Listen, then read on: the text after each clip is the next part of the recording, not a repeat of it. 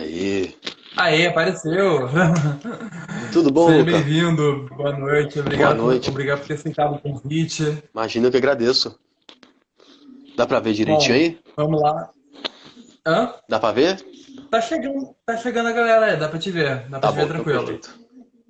Bom, como eu estava falando na introdução, é planejado para o final de 2023, né, se não me engano, né, o The Sinkness, me corrija se eu estiver errado, está sendo anunciado como um game de ação, né, que vai explorar bastante o universo das tradicionais máfias, o mundo da criminalidade.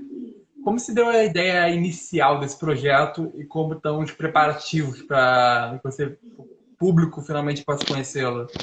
É isso mesmo, é um jogo de ação, né? Envolvendo máfias, corrupções, do modo geral. Tá sendo bem aceito.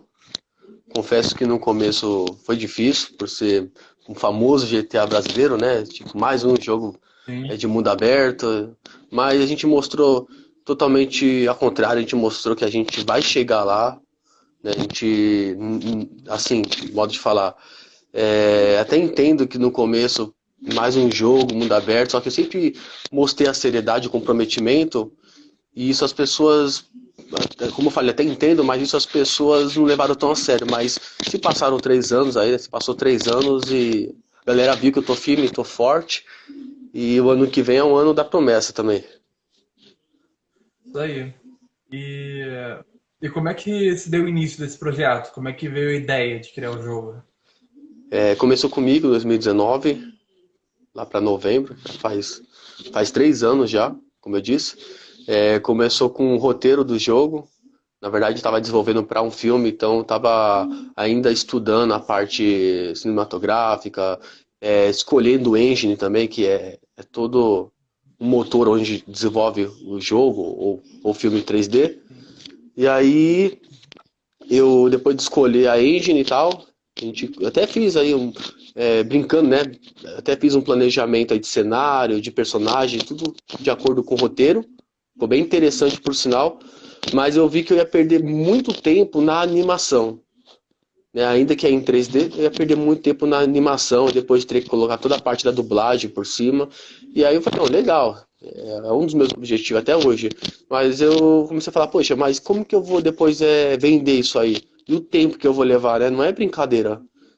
A gente quer fazer, Sim. mas dá pra ficar aí 3 anos e no final lançar e é isso, lançar sem ter nada em volta, digamos assim. Então, entrei em contato com uma equipe, desenvolvimento de jogos, aí é um estúdio, na verdade, assim como nós, antigamente eu não era, então estava fazendo por vontade própria mesmo. Por você mesmo, né? E isso, Mesmo. trabalho próprio mesmo, independente. E aí a equipe entrou em contato comigo, a gente fez umas reuniões e passamos a limpo. Fizemos um documento chamado GDD, né? Que é a estrutura do jogo. Que aí depois a gente decidiu fazer um jogo. Depois desse documento a gente falou, não, então o que a gente vai fazer? Vai ser um jogo? Aí a gente viu que tinha possibilidade para tornar esse jogo aí viável, né? Algo que dê para Aham. mim estar desenvolvendo sozinho, por exemplo. Querendo ou não, é independente, né? Tem equipe, tem, mas sozinho que eu falo sem apoio financeiro, né?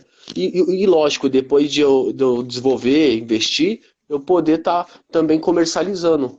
Querendo ou não, é muito gasto, né? A gente sabe aí que o salário aí da galera não é pouco, não. Sim, claro. E quantas pessoas estão envolvidas atualmente no jogo? Hoje são 5 pessoas. Estamos falando de um programador, dublador, game design, animador. É uma equipe bem curta. Ano passado, 2021, eram 12 pessoas no projeto. Diariamente, desenvolvendo, entregando trabalho, né? Mas infelizmente tivemos imprevisto, né? Tivemos alguns problemas aí, acabou que ficou só 5 pessoas mesmo. Mas tá entrando mais Bacana. pessoas. Aham. E vocês estão trabalhando em home office? Como é que está sendo tudo isso? Isso, como a equipe ela é descentralizada, cada um em um canto aí, a gente adotou essa medida de cada um na sua casa, tá desenvolvendo, né? Um período aí que fica acessível para cada um, né? Uma vez somos Uhum. estúdio independente, sem muita estrutura, então a gente meio que se ajuda aí. E tá desenvolvendo até hoje, graças a Deus, tá tendo muito mais resultado esse ano confesso pra você, de 2000, ó, entrou uma galerinha aí, depois da BGS, que eu conheci lá na BGS, meu, os caras estão arrepiando, vamos dizer assim, né? Tá bom o negócio. Então, não é desvalorizando o que eu venho fazendo há anos atrás, né? Mas a equipe que eu tá agora é a equipe que eu quero permanecer. Tá boa o negócio aí. A gente vai falar um pouco mais sobre a BGS também na frente, vai aprofundar um pouco mais. Um dos aspectos que vem chamando bastante atenção para o seu jogo é a qualidade técnica, né? Entre outras peculiaridades, como o uso de inteligência artificial, que permite a imersão, né? Ajuda na É imersão, né? verdade. Através do realismo de danos do personagem. E também do próprio mapa, né? Que possui cerca de 100 quilômetros, né? Como tem sido trabalhar em cima de todos esses aspectos e quais têm sido os maiores desafios até hoje? Sobre a parte técnica do jogo, realmente, a gente sempre divulga dessa forma, né? Por ser essa imersão do jogador. Então a gente incluiu desde danos, mecânica, movimentação, tudo baseado no ser humano. Claro que não dá para ser perfeito como a gente gostaria, né? A gente vai chegar lá, isso eu garanto, mas não dá para hoje ser do jeito que a gente. Não em questão de desenvolvimento do tempo, e sim da estrutura financeira, né?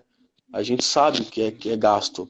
Então, ou a gente faz uma coisa ou faz outra. O programador é um programador só. Então, ele para um pouquinho o que está fazendo e faz outra coisa, ou cuida da parte da mecânica. Mas, realmente, a nossa mecânica está ultra realista, danos ultra realista. A gente trabalha dessa seguinte forma. Em jogos atuais aí que a gente vê, por exemplo, você consegue trocar tiro com 5, 6 policiais, ainda sai vivo ainda. E ainda o sangue vai regionalizando lá, né? Vai normalizando o sangue, enfim, os danos vão abaixando e, enfim, você tá vivo. O nosso jogo não funciona dessa forma. A gente conseguiu mostrar nos 2 últimos dias lá do evento que fizemos como que funciona. E assim, é difícil? É difícil ter uma mecânica realista, né? Mas dá essa imersão do jogador. Então, assim, é muito. Como hoje em dia. Vamos supor assim, você vai entender onde eu quero chegar. Já estamos falando de um estúdio indie que não pode fazer bem o que quer, né? Tem umas limitações. Então, Recursos, né, exato, um mapa grande. Então, o que eles vão fazer afinal? Além de NPCs, além de veículo. Então a gente pensou assim, vamos fazer essa imersão do jogador. Que é a qual, por exemplo, o cara vai trocar tiro com um camarada, ele tem que estar treinado, ele tem que praticar para ganhar precisão, né? Então ele vai se sentir lá no jogo lá, ele não vai sair fazendo um monte de burrada, não que ele não pode fazer, não é isso. Mas a ideia é, se ele pegar 2, 3 capangas aí e não estiver preparado, ele morre. Porque assim, o play levou um tiro na cabeça, já era. Levou 3 tiros no peito, dependendo do armamento, já era. Então, essa é a graça do jogo. Por exemplo, eu vou trocar tiro eu vou. Vamos supor, eu vou conquistar terrenos, que a gente fala, né? Que ele vai dominar território. Que é o jogo de máfia, a gente tem muito disso. E aí tem lá 4, 5 capangas, você tá sozinho. Não adianta. Ou você chega atropelando e já vai pra cima, ou não dá. Não tem, ou você se planeja, porque assim, todo o quarteirão do jogo tem parte ambiente que dá pra entrar. Dá pra você interagir. Então você se posiciona lá com uma sniper, por exemplo, e aí se aproxima aí a mira dos inimigos e pronto, também é uma vantagem. Tudo isso é o quê? Para pensar, para você não chegar lá e fazer qualquer coisa. Aí é muito fácil, eu vou chegar lá, vou matar e vou dominar a área. Qual que é a graça? Vai ser só mais um jogo, né? Vai ser só mais algum jogo. É isso, ele vai ter que pensar na sobrevivência dele. Exato, o legal é você sobreviver, você usar a inteligência, você raciocinar o que você vai fazer, que pode dar errado, né? E nessa de dar errado, por exemplo, o que vai perder? Você vai simplesmente perder sua arma, seu dinheiro, o que você estiver carregando na hora você perde. E conquistar isso no jogo não é moleza. Você não consegue matar um NPC e já pegar a arma dele, não. É bem complexo. Nos próximos dias aí, né, nas próximas semanas, a gente vai estar mostrando um pouco desse combate do player com o inimigo. Aí as pessoas vão entender mesmo. Quem estava na BGS viu a dificuldade. Não é impossível. Também a gente não quer tornar um jogo chato. A gente não quer tornar algo que a pessoa não consegue sair do lugar, que vai morrer. Não é isso também. Né? Mas também, pensa comigo, se é para ser mais um jogo, não preciso fazer mais nada, eu não preciso investir tanto dinheiro como eu venho investindo. O legal é isso, é a imersão. Eu vou turbinar minha arma, fazer o upgrade da arma. Eu vou fazer o upgrade do meu veículo, porque eu posso colocar a prova de bala, né? Então, tudo para assegurar durante uma invasão de território, tudo para assegurar que você não vai perder os seus armamentos. Então, essa imersão é a mais importante do jogo. A gente vem divulgando isso como título, né? A imersão do jogador com o personagem. Isso é importantíssimo, porque dá sim para você dominar território. Mas a gente sabe que não tem como nós, sozinho, pegar um grupo de 2, 3, 5 pessoas aí e sair matando todo mundo. Tem que ser muito rápido, até dá, mas não vai sair vivo. Então essa é a graça do jogo. Entendi. Falando nisso, a próxima pergunta era até sobre isso, né? Os diferenciais, né? Que assim como em todas as áreas que a gente trabalha, a gente tem que estar com um novo produto e a gente tem que mostrar porque o nosso é diferente, né? Para ser mais atrativo para o público, né? Sim. Por esse lado, falando um pouco até sobre o realismo, vocês fizeram um estudo para saber, tipo, a questão de dano, vocês chegaram a se aprofundar nisso? Sim, na verdade, como eu falei, começou com um documento, né, o GDD. Então, antes de qualquer tipo de sistema, qualquer programador, antes de entrar, ele fica por dentro desse GDD, que é um documento onde mostra, assim, só para você ter uma ideia, a gente tem 80 páginas desse documento. E não está incluso o roteiro, porque só o roteiro tem mais de 100. Então é um documento justamente para não fugir o padrão que a gente vem falando, né? Porque imagina, cada membro que entra ou sai faz do jeito que acha. Esse achismo aí pode não ser o correto. Então tem sim um documento por trás disso tudo que mantém o padrão. A gente, tudo é feito um documento, né? E aí sim é disponibilizado para a equipe, depois de ter o NDA assinado, e aí a gente segue, a gente desenvolve esse sistema através desse documento. Então assim, a chance disso aí dar errado é zero, não tem como. Não tem como, porque a gente já vai estar programando um sistema voltado àquele documento. Esse é o mais interessante. O documento ele protege o jogo, né? Como se fosse o coração dele, tá ali. Isso, porque pode passar o tempo, até a ideia vão entrando aí, e aí, por exemplo, você é programador, eu fecho com você, você pertence à equipe, e a gente fica sempre à frente. Eu sou o game designer da equipe, eu também fico sempre à frente do desenvolvimento, né? Todos os resultados. Só que o seu achismo pode não ser o meu. E aí vai desenvolvendo. Uma que isso evita certos erros futuros, né? Perda de projeto, perda de tempo, porque pode sair do padrão. E até mesmo eu, né, como desenvolvedor, como dono também, ao passar o tempo aí, eu posso fugir do padrão do conceito do jogo, né? E aí tem lá um documento que fala, olha, você está fugindo, você tá desviando do que você vem prometendo, você está desviando daquilo que você vem desenvolvendo, e vai dar conflito. Então, isso é uma coisa para assegurar para todos, né? Esse documento está lá disponível para todos os desenvolvedores. Sim. Vocês já pensaram se vocês planejam lançar o jogo só para qual plataforma? Para o Windows, para mobile, console? Como que planejam isso? Então, vamos lá. Até então, vamos supor assim que no meu estudo, antes de eu fazer jogo, a gente vem na cabeça a Steam. Vai fazer um jogo, vai vender onde? Na Steam. Só que porque, como leigo, depois você vai se afundando, vai vendo que a Steam é um caminho bom, te dá resultado, sim, né? Mas a porcentagem é muito alta, 30%. Mais 20% pro governo, já estamos falando de 50%. Então quando o camarada vê lá o jogo lá R$100, não sabe que o cara ganha menos de 50, porque ainda fugiu o nome agora, mas da loja, né? quando você muda para você converte para reais, que é em dólar. Então você fica com menos de 49% do valor que tá lá. O pessoal não sabe.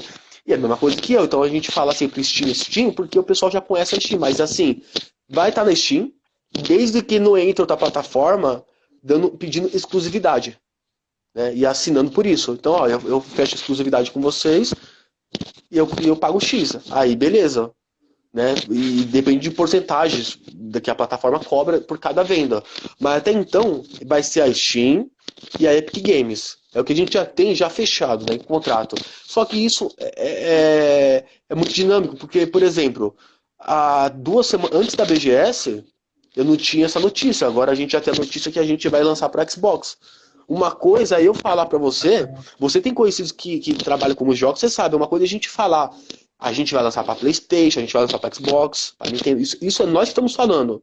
Na prática é diferente. Então eu nunca, você pode pegar qualquer postagem minha desde 2019, quando eu falei que ia ser jogo, eu nunca falei eu vou lançar para Xbox, eu nunca falei que eu vou lançar para PS5.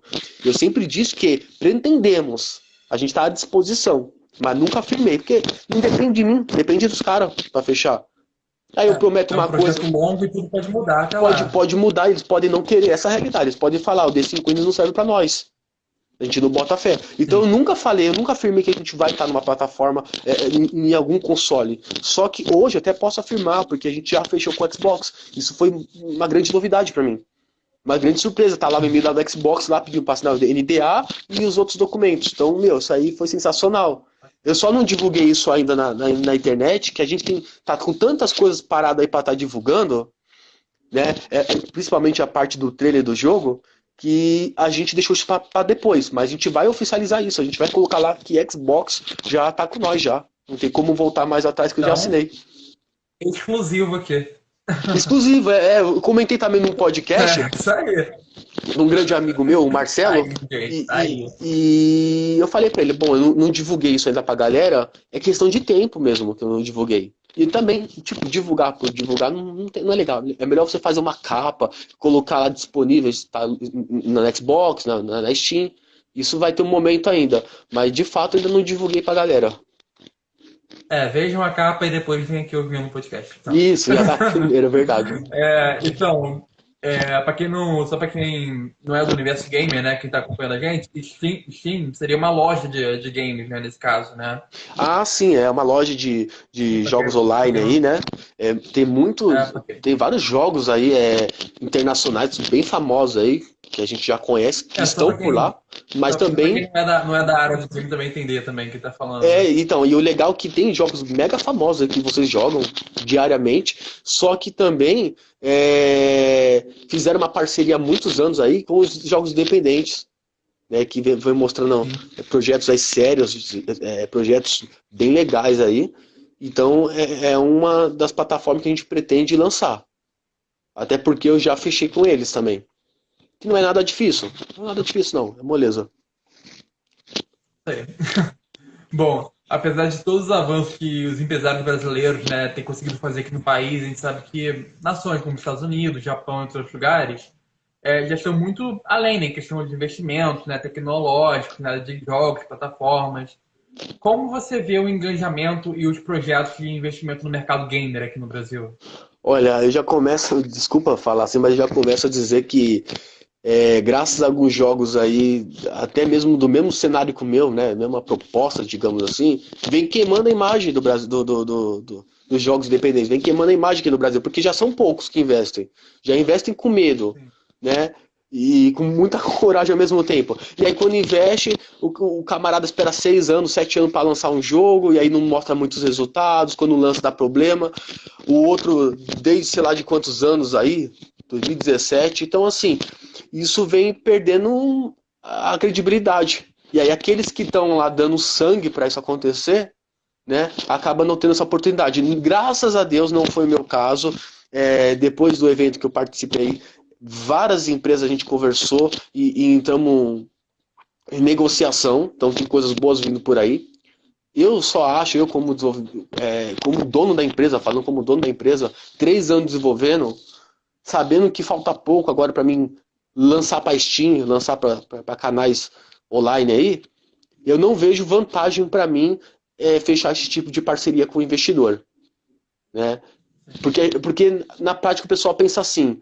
Eu falei isso para um outro rapaz, ele falou assim, poxa, mas é melhor você chegar lá do que não chegar. Mas é assim, eles não sabem por trás das negociações como que é feito exatamente. Quantos por cento envolve?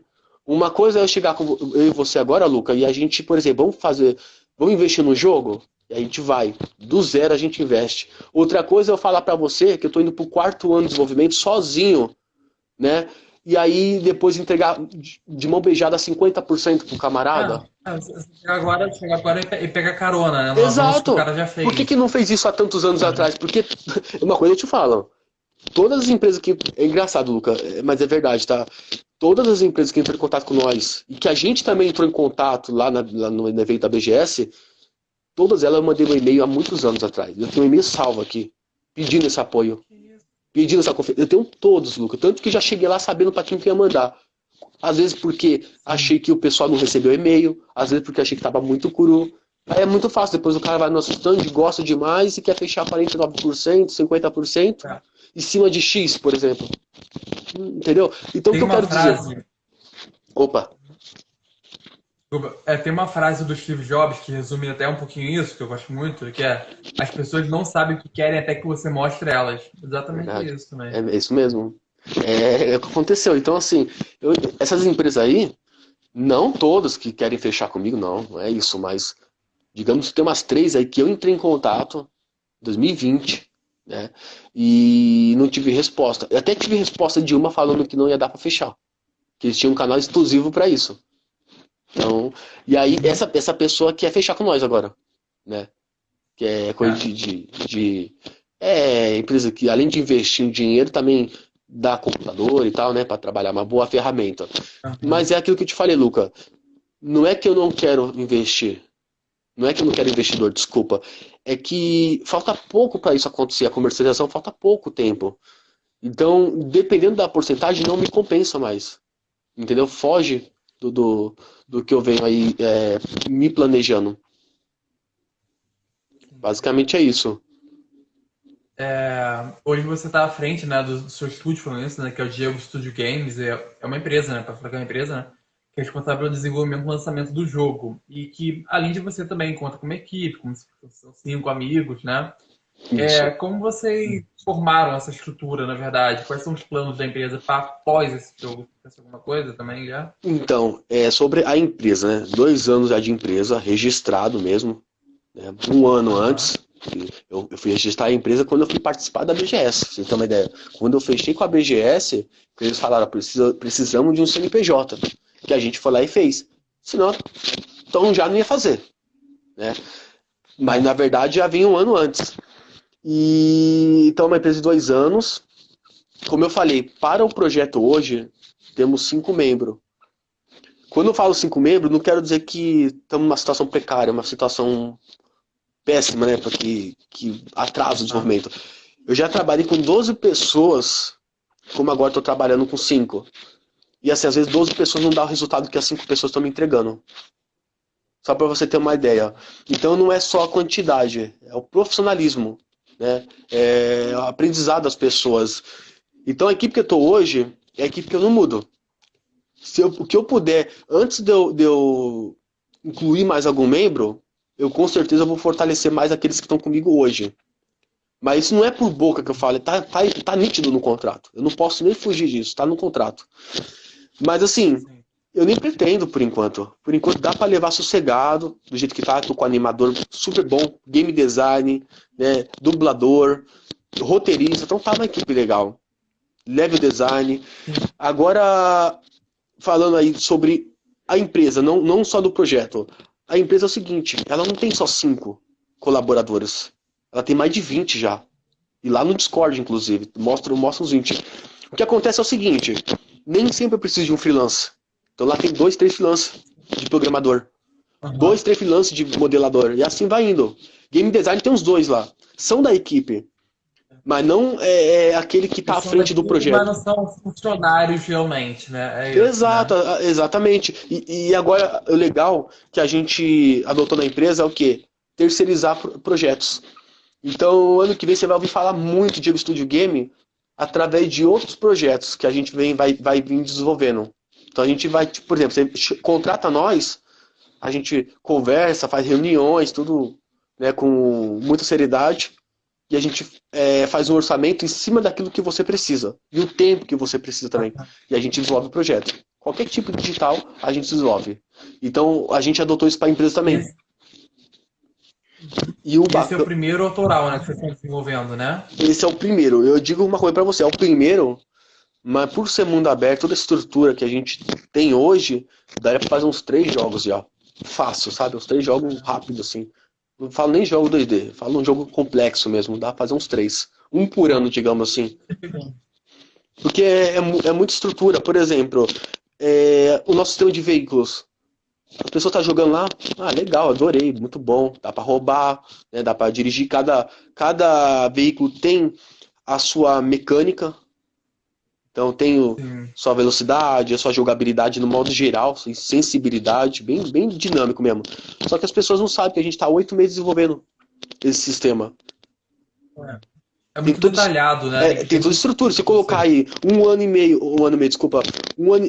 e meio é a mecânica do personagem, né? Mas eu ia falar do NPC. Um ano Ah, desenvolvendo um NPC, 8 meses desenvolvendo veículos.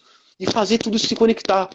Fazer uma coisa. Quem é desenvolvedor aí sabe que fazer é uma coisa.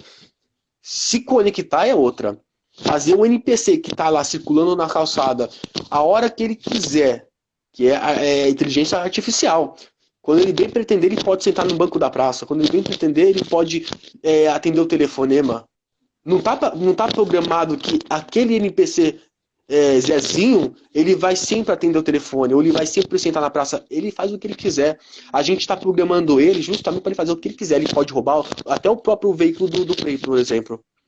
Ele pode ser o inimigo do Play, por exemplo. Então o pessoal olha assim por vista e fala, nossa, bacana, legal. Mas, 1 ano desenvolvendo aquilo. E fazendo aquilo conectar com é. o quê? Com o sistema de veículo. Ele pode roubar o veículo pode atropelar, entendeu? Tem toda a dinâmica. Ele respeita, o veículo tá passando, se o veículo não passar, se o veículo passar no farol vermelho, por exemplo, o NPC para. Mas como eu falei, ele também pode não parar, ele que escolhe, aí ele é atropelado. Então o jogador tá lá na gameplay, ele pode do nada tá lá jogando e ter um acidente de carro lá. Isso acontece direto. Caramba. É bem legal. Isso aconteceu muito na BGS, viu? Muito. Tem vídeo aí na internet. Ah, Pessoal jogando, do nada um mata o outro, é briga. Esse é o bacana. Né? Para não ser mais um jogo. literalmente. Investir tantos mil reais aqui, eu tô falando de quase 500 mil reais. 3 anos. Né? Falta mais de 1 milhão ainda. E aí, para fazer uma coisa igual que todo mundo vem fazendo, não dá. É muito dinheiro Sim, para é nada. basicamente uma simulação da realidade, né? E tem uma coisa que eu observo muito em filme também, não sei se você vai falar comigo. A gente estava jogando, vendo filme, a gente não imagina a quantidade de coisas que teve naquele bastidor, né, pra gente Olha, chegar até ali. toda a razão. Se falar em filme, olha, eu vou te falar uma coisa pra você, Luca. Eu já conversei em podcast sobre isso, tá? Mas quando você fala filme, aí você pegou minha praia mesmo. Não é à toa que, Aham. independente do jogo, o sucesso que ele der ou não, eu vou me garantir na área cinematográfica, eu vou fazer nível superior para isso, né? Vou me afundar bastante, porque é uma coisa que eu gosto muito. Não que jogo eu não gosto. Se eu não gostasse, eu não tava desde 2009 desenvolvendo o jogo. É muito bom, Verdade. né? Eu amo jogos. Só que assim, eu tenho muitas coisas para entregar para filme. No modo dos bastidores. Não falo como ator, eu não tenho jeito para isso, eu não gosto nem. Você sabe, né? Não sou muito chegado nisso aí de mostrar muito minha cara, mas eu falo em roteiro, na parte de direção, Luca, eu tenho muito a oferecer para a parte cinematográfica, sabe? Seja mesmo em jogo, seja mesmo em filme 3D, que problema. Mas você falando aí o que Você tem por tem. trás dos bastidores, figurino, cameraman, troca de câmera, nossa, cenário, é uma estrutura linda. Na engine que eu utilizo, tem tudo isso, né, no modo virtual. Então, no modo virtual, já fico meio que, assim, sabe, entusiasmado, fico feliz demais de ver tudo aquilo. Eu fico pensando no modo real mesmo, sabe? Aquelas câmeras mesmo de verdade, aquele cenário. Então, é algo incrível. Estúdio, proporção, Eu tudo gosto dos tem. bastidores, essa é a realidade. Eu gosto do modo bastidor. Sabe, quer me ver feliz é eu ver eu por trás das câmeras. Não precisa nem falar meu nome. Quem foi que fez? Não interessa. Tanto que eu, como a empresa, tenho 2 game design, viu, Luca? Um é um incrível, cara sensacional, Hanada. Gustavo Hanada tá aí como game design. O cara é sensacional, ele é incrível. Sabe, é um dos melhores que eu trabalhei. Quem sabe, me acompanha sabe, desde 2020, em janeiro de 2020 eu venho falando de game design, eu levo o game design para vídeo, mando eles falarem, mostrar a cara, porque eu acho que tem que mostrar a cara mesmo. Eu não sou egoísta, eu falo, mostra a cara. Tem camarada que não tá comigo mais, são 2, já fizeram podcast comigo, deixei falar, entendeu? Eu sou bem aberto para isso. E não estão mais comigo. Agora, esse game design, o Hanada, Putz, cara, ele é japonês. Cara, ele é incrível, cara, ele é demais. E então, assim, onde eu quero chegar é o seguinte: eu poderia fazer o quê? Ficar à frente da empresa, Diego Studio Games, e colocar os caras, no modo geral, para desenvolver, né? Mas não. Sabe, empresa é importante, tem toda a estrutura. Mas quem me conhece sabe, Mas a você empresa fica quer de estar lado. lá, né? Exato. Eu falo menos Diego Studio Games, eu falo de 5 anos. Eu sou desenvolvedor, eu me vejo como desenvolvedor. Eu tenho que estar atrás do projeto. Eu Aham. posso, independente, estar ocupadíssimo, ser aquele cara que eu tanto sonho, né? De lutar na carreira aí, de crescer, ser famoso, obviamente, ser reconhecido, porque é um mérito isso, mas eu tenho que estar à frente daquele projeto, eu tenho que estar participando, ou como roteirista, que é da onde eu vim, como roteirista, ou como game design, ou como level design, ou como desenvolvedor urbano, que tudo isso é minha área, né? É a área qual eu aperfeiçoei. A última foi game design, porque assim, Luca, como a equipe tinha game design, eu estava pagando o cara para atuar como game design, estava de boa. Tinha também roteirista, mas eu comecei como roteirista. O que eu fiz? Eu fiz lá começo, meio e fim da história. E aí, o Matheus, o meu sobrinho, desde 2019 ele tá comigo, tá? Eu passei para ele o roteiro e falei, ó, lê aí e vê o que você acha. Ele adorou, falou, cara, você que fez isso, meu? Como que pode? Eu fiz escondido, tava nem sabendo. Eu falei, aqui nos meus tempos vagos aqui, porque vem a pandemia e tal, logo no ano seguinte. E aí ele falou, meu, eu quero participar. Não sou roteirista formado, mas eu sou muito bom para ideias. Então foi isso, a gente se juntou, sempre no Discord, em tempo livre, a gente ia desenvolvendo. Resumindo, eu e ele, né? Tudo bem que depois entrou o Lucas, que ele sim é formado na área de roteirista. O cara ele é chefe de roteirista, ele é muito bom. Aí ele veio dar toda a estrutura para nós, sabe? O Lucas Poli veio aperfeiçoar, enriquecer nosso roteiro. Tudo que estava faltando como profissional, sabe? A gente só tinha as ideias. Aí ele nos ensinou um formato de roteiro. Dentro do roteiro, Luca, depois eu vou te mostrar. Eu consigo mandar o roteiro para você, programador, e o mesmo roteiro eu consigo mandar para o animador. E o animador, geralmente, no nosso conceito de jogos, Luca, é o cameraman também. Então ele já posiciona as câmeras. Então, ele só lendo o roteiro, sem eu abrir a boca, ele já vai fazer todo o cenário lá de animação, sabe? Do modo da atuação. Então, assim, para você ver é tão complexo que é. Não é porque é jogo que é bagunçado, não. Né? Não. O roteiro tem que estar conversando com o desenvolvedor urbano, tem que estar conversando com o animador, com o programador, e assim vai. Com o cameraman, porque é o mesmo documento para todos. Imagina se a gente pegasse, entregasse o documento, depois ia um a um falando como que tem que fazer. Por cada cena, não dava. Então, Uma o coisa ia documento sair desincronizada da outra. ia sair com certeza. Ia entrar naquele achismo. Eu acho que é desse jeito, eu acho que é do outro. Aí tem um documento lá dizendo que não tem um achismo, tem um padrão para seguir. Então, assim, eu poderia muito bem ter lá o game design, o roteirista, porque eu comecei como roteiro, mas aí depois eu fui para desenvolvedor urbano. Então eu estudei, né, fiz curso, tal, 1 ano de desenvolvimento urbano, toda a parte lá de engenharia, mas é diferente. A engenharia que você vê aí que eles atuam é diferente da minha. A minha é uma noção, né? Como, por exemplo, dar um exemplo bobo para você entender. Eu, nesse meio tempo, aprendi que se você não souber trabalhar com o sistema semáforo lá de trânsito, por exemplo, não tem Aham. como ficar condicionado a cidade. Então tem toda a estrutura, quando um abre, o outro fecha, né? Então é isso que eu vim aprendendo, assim, para aperfeiçoar, no resumo.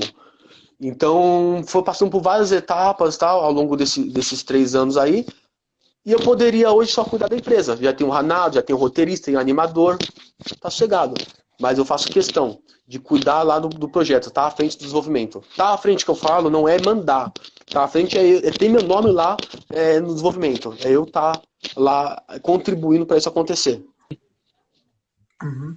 Uma coisa que você falou sobre formação acadêmica, você já pretende ou pensou em se formar em cinema, procurar alguma coisa assim também? Sim, na verdade, é só isso que eu pretendo me formar, sabe? Mesmo de nível superior, só de cinema mesmo. Porque o resto, tudo, na verdade, a gente fala. Hoje em dia você sabe que você pode ter o seu ensino superior, né? Você ser formado, mas não é igual à prática. Você aprende mesmo com a prática. Eu digo que hoje o Diego É. Studio Games é uma faculdade. O pessoal, se tiver alguém daí do Studio Games aqui, não deu tempo de chamar ninguém, mas se tiver alguém aí, pode falar. É uma faculdade. Fazer jogo de mundo aberto é complexo, é uma coisa absurda. Então você aprende mesmo na prática. Né? Já tivemos programadores com 7 anos aí de desenvolvimento, que trabalhou em vários jogos aí 2D, 3D, chegou a fazer um mundo aberto com nós e viu que é outra estrutura.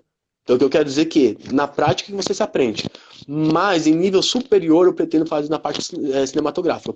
Eu quero ir a fundo dessa área aí, conhecer, estudar, ser um grande profissional.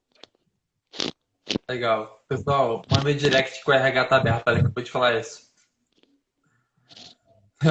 Então, falando um pouco sobre os modos de jogo, né? Vocês disponibilizaram tanto o modo livre, onde o jogador explora livremente o mapa, como o modo história, né? Que ele se baseia exatamente no roteiro, né? Que é seguido, né? Na história do game, né? Do que se tratará o enredo do game e como se deu a pesquisa para a criação de personagens, contextos? Como tá essa situação? Bom, temos isso, né? Que você falou modo livre, modo história. Obviamente o modo livre vai estar sempre junto com o modo história, ou seja, conforme você vai conquistando aí o modo história, vai atingindo outras fases, você vem passando outras fases, você vai sentir uma mudança no cenário. Né? Então isso é interessante. Vai estar sempre em ligação com o outro. Sobre a história, são dois protagonistas. George Miles e o Scott McKenzie. George Miles é um homem solitário, um homem da dele, durão, sem, pouco papo, né? Scott McKenzie é um homem já ambicioso, ele gosta de poder, ele quer poder e dinheiro, né? Um homem viciado em jogos de azar. É aquele cara doidão lá, rock, sexo, bebida é com ele. Ele passa a noite nas praças aí bebendo, entendeu? Então ele é um cara bem maluco. Sim. E pela heroína, vamos dizer assim, pelo destino eles se encontram. É bem interessante essa parte aí. Eles se encontram aí num local, né, no estabelecimento. Uhum. E aí junta isso, depois que eles se conhecem lá no estabelecimento, ambos, como eu te falei, o George Martin é um homem solitário, é na dele. Só que o Scott McKenzie, já é aquele cara lá brincalhão, lá, é todo doidão, e aí o Scott McKenzie começa a arrumar confusão dentro desse estabelecimento. O George Martin vai lá socorrer ele, vai ajudar e tal.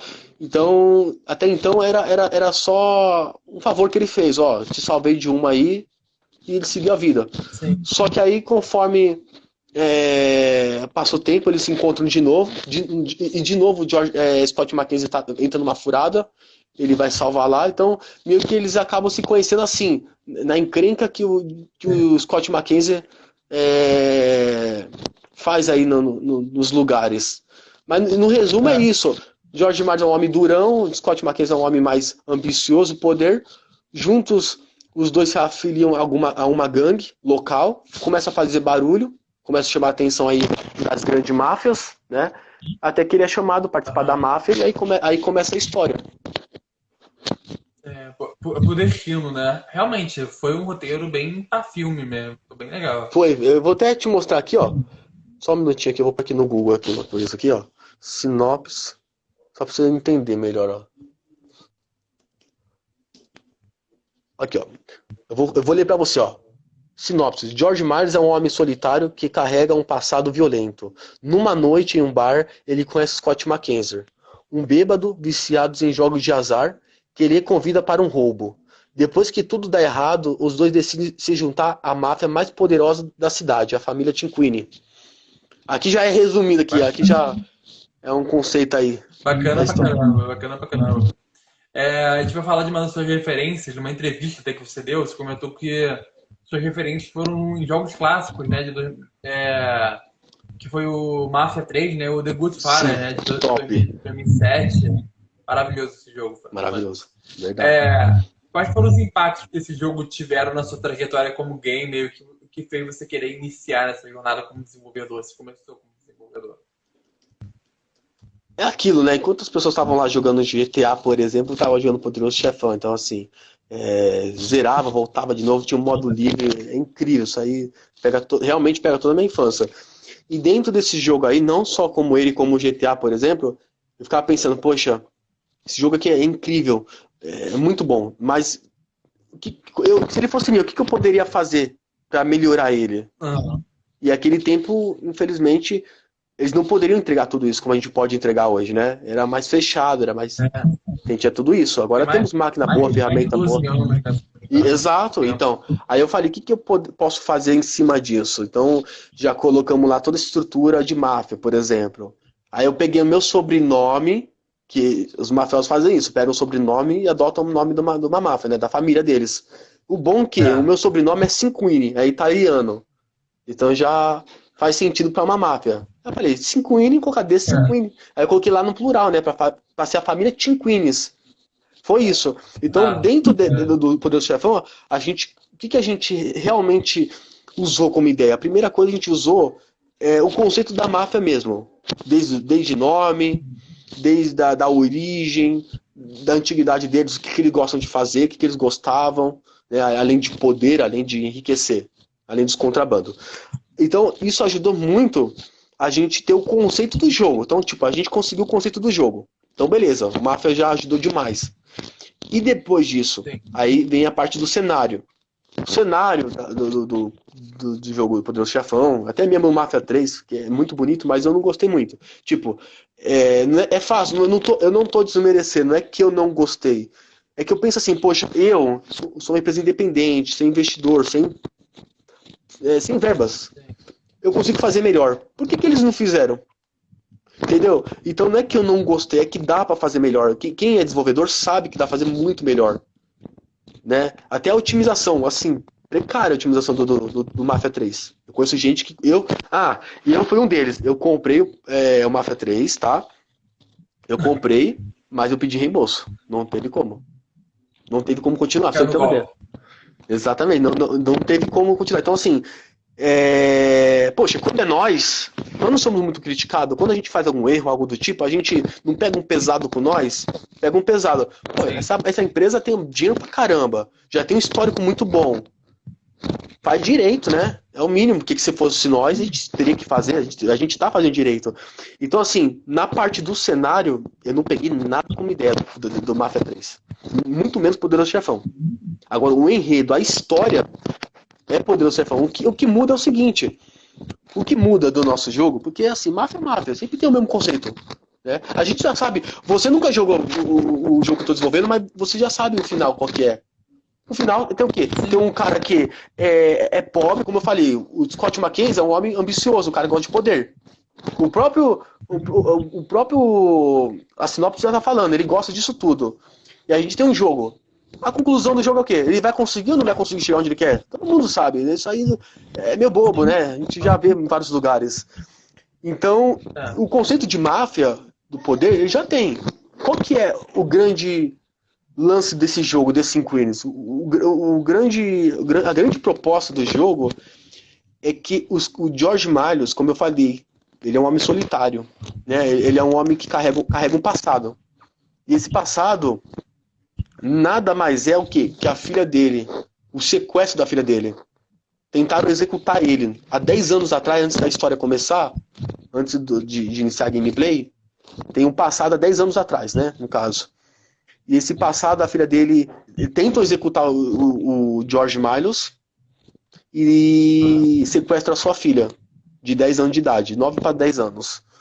Então se passam 10 anos, né? Durante esses 10 anos ele vai em busca de vingança, que ele sabe do paradeiro da filha, nunca tem resultados. Entendeu? Ele Sim. vai atrás da autoridade e nunca tem resultados. E aí, ele forma uma gangue para fazer barulho, para se vingar de certa forma. Tem a oportunidade de ser chamado para a maior máfia do jogo, né?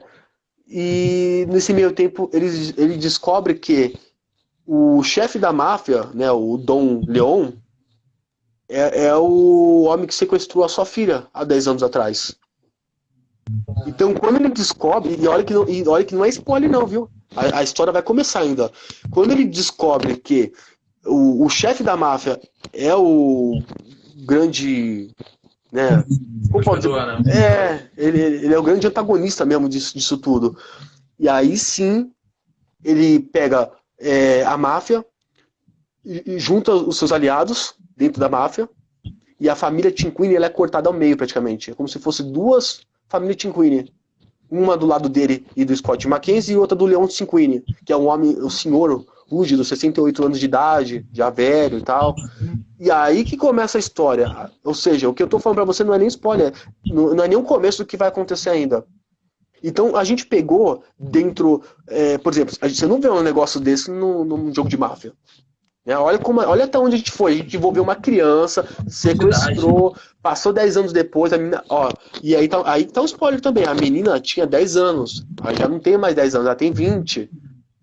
E a gente já tá pensando, se Deus quiser, cada degrau, devagar, mas a gente tem que ter já o quê? O planejamento. Né? Porque não adianta você sair desenvolvendo sem um rumo, sem um caminho. Então a gente já tem a visão do The Cinco Queens 2. É só fazer o The Cinco Queens 1 acontecer. Então, assim, aí tá um spoiler também, por exemplo. Porque, por exemplo, a filha dele vai crescer. O pai dela vai ficar velho. Então tem tudo pra continuar aí com uma protagonista mulher, né? E isso a gente não vê no jogo de máfia, a gente não vê em filme. Envolver uma criança, e aí essa criança cresce, o outro vai em busca de vingança também. Toda estrutura por fora. Né? O outro, tudo bem, o outro gosta de poder, é ambicioso, isso a gente vê muito no dia de hoje, né? A gente vê muito também nas máfias. Então esse já é um grande negócio aí que muda a história desses jogos atuais de máfia. Outro negócio e ponto importante, que é importante eu falar também, é que envolve a parte de corrupção do governo. Isso vai ter muito no jogo, a corrupção do governo. Então aí é um outro ponto que a gente vai adotar também. Então, ao invés de ter só gangues locais, máfias, tem toda estrutura por trás disso, né? Tem todo o mandante por trás. Por isso que é legal. É um jogo bem bacana, viu? Tem muita história para contar. Isso também contribui com aquela questão do realismo, né? Tudo é ligado. Você não vê essa profundidade, elementos do jogo, tudo contribui, né? Tudo contribui, verdade. Tudo contribui para a imersão do jogador. E o legal é que a gente vai disponibilizar em primeira e terceira pessoa. Justamente para ter essa imersão. Porque a gente jogar em primeira pessoa, não vai querer jogar mais em terceira, não. Muito incrível.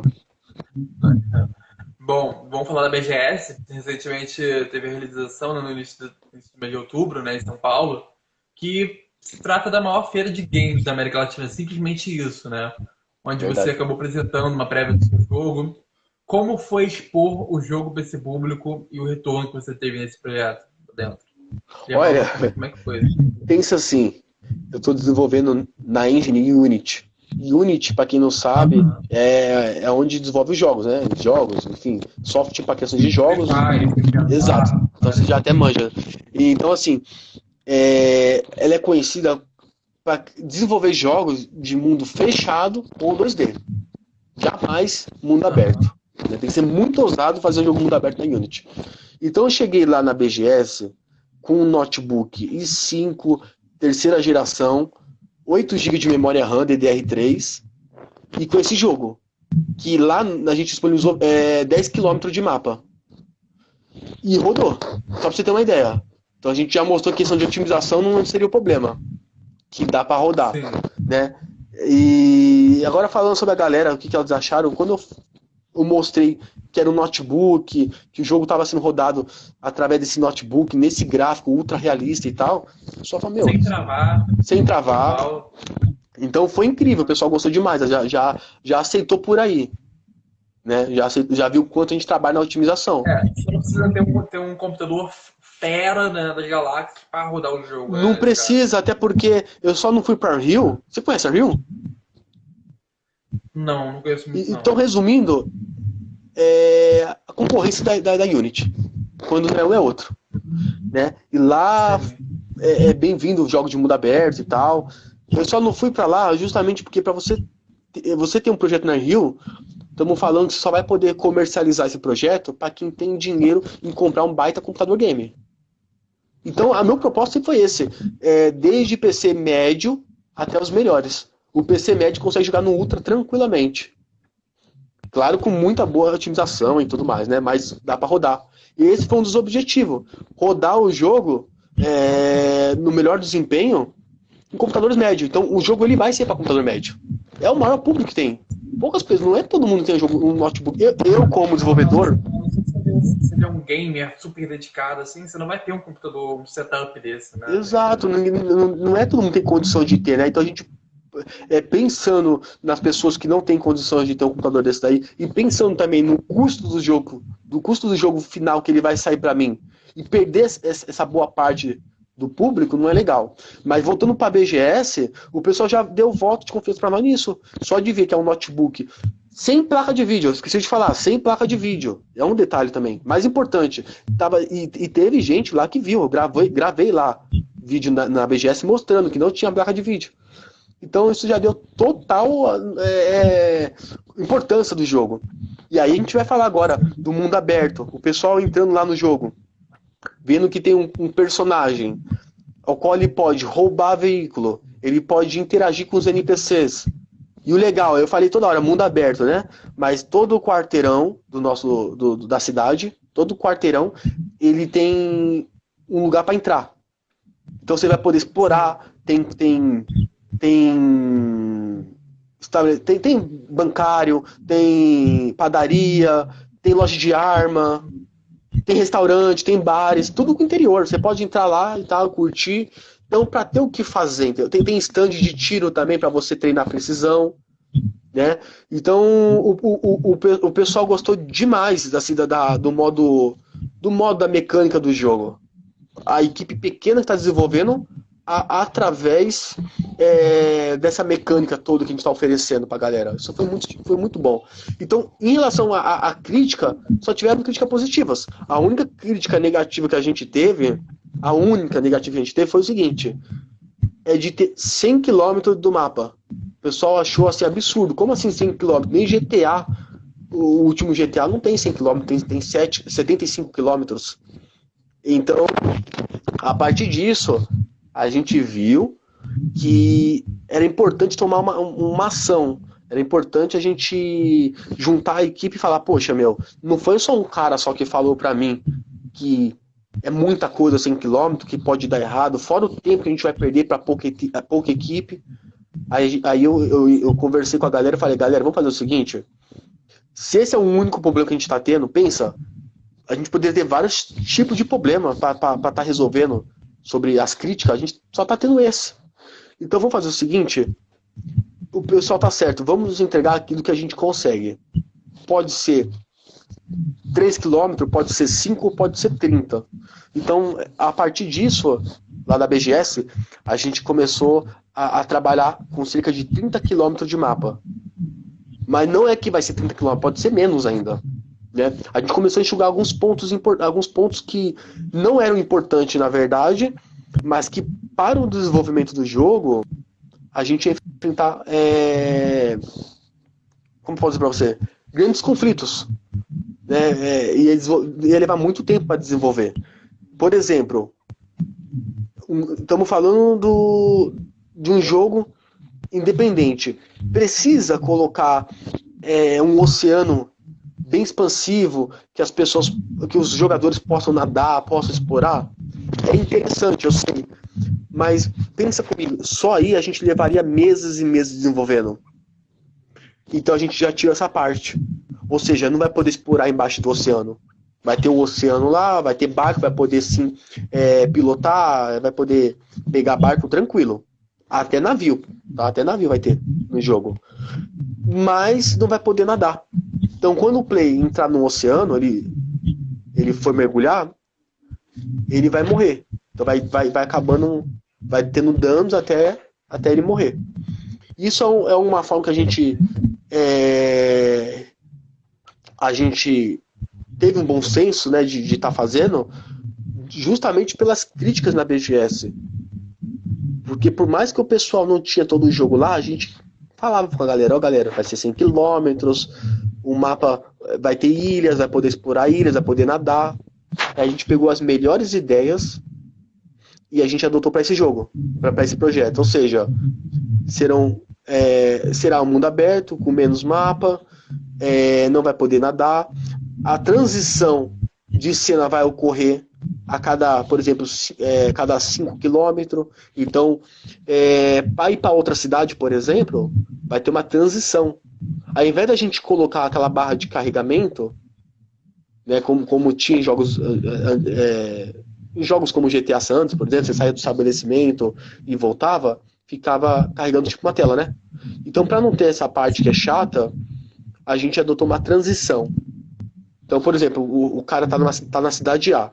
Para ele ir para a cidade B, ele vai ter uma transição nesse meio tempo. Por exemplo, eu estou no carro, para não mostrar a barra carregando, ele vai olhar tipo pro relógio dele, vai olhar quilometragem. Nesse meio tempo tá carregando lá a barrinha.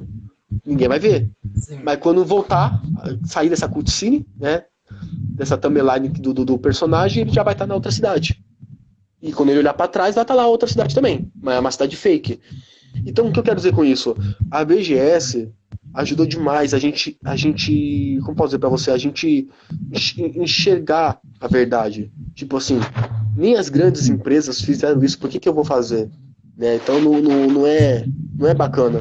Então, ajudou a gente a trabalhar com otimização, tempo e entregar aquilo que a gente consegue, de fato. Não ficar só na promessa. É ruim ficar só na promessa. Vai ter 5 quilômetros, vai ter isso, vai ter aquilo. Então a gente chugou muita coisa. Pra você ter uma ideia, Luca, a gente chugou mais ou menos aí umas 10, 15 coisas, pra você ter uma ideia. 10, 15 coisas. Que isso economiza 3 anos de desenvolvimento. Ou mais. Isso ajuda, né? Não é que o The 5 Wings 2 não vai ter. Pode ser que tenha. Mas o primeiro, que é o ponto inicial para nós, é importante fazer bem feito, entregar aquilo que a gente vai conseguir, prometer aquilo que a gente vai conseguir entregar, resumindo. Isso é importante demais. Não ficar só nas falsas promessas. Porque isso outros jogos já vem fazendo há muito tempo. Cara, sensacional. A gente tá chegando ao fim de mais uma entrevista aqui. Diego, muito obrigado por ter participado. Opa, eu que agradeço. Fiquei pra caramba. Obrigado, viu? Não entende de mas é legal também, pra se interessar também. E para quem conheceu você a partir da live, onde é que te encontra mais informação, site, redes sociais?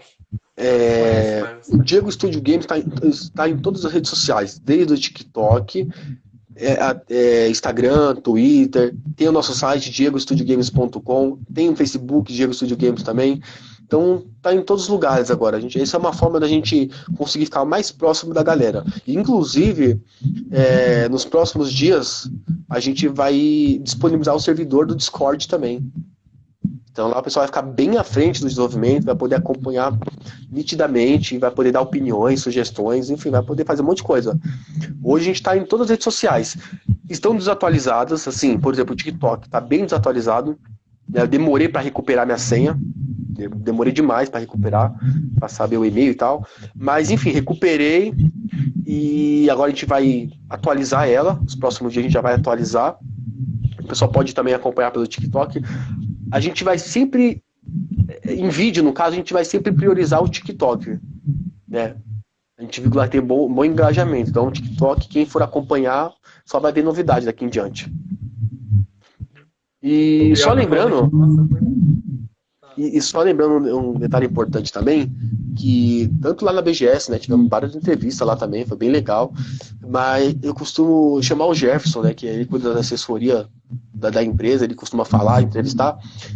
A gente já tinha marcado há muito tempo, né, só nota 10 aí, a gente já vem conversando faz tempo, mas assim, galera, para quem quer...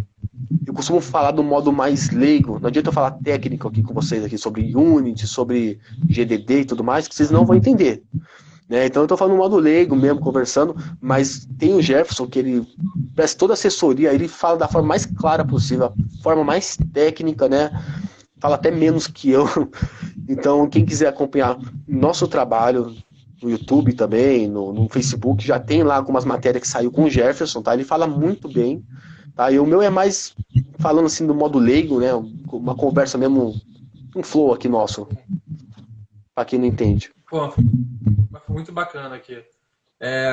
O usuário tá falando aqui, ó. Nossa, foi rápido essa entrevista. Pô, tá 1 hora aqui. 1 hora já. É mesmo, hein? 1 hora já, hein? Boa, meu. Falando nisso, Para encerrar, muito obrigado, Diego. Pô, eu que agradeço, viu? Quem perdeu a entrevista, gente, está aqui no Instagram salvo, está no podcast, o Lucas Moreira Entrevista no Spotify, no Amazon Music e também no YouTube. Olha que Até ótimo. a próxima, amigo. Valeu. Até a próxima, viu? Obrigadão. Grande abraço aí pra todos, viu? Obrigadão.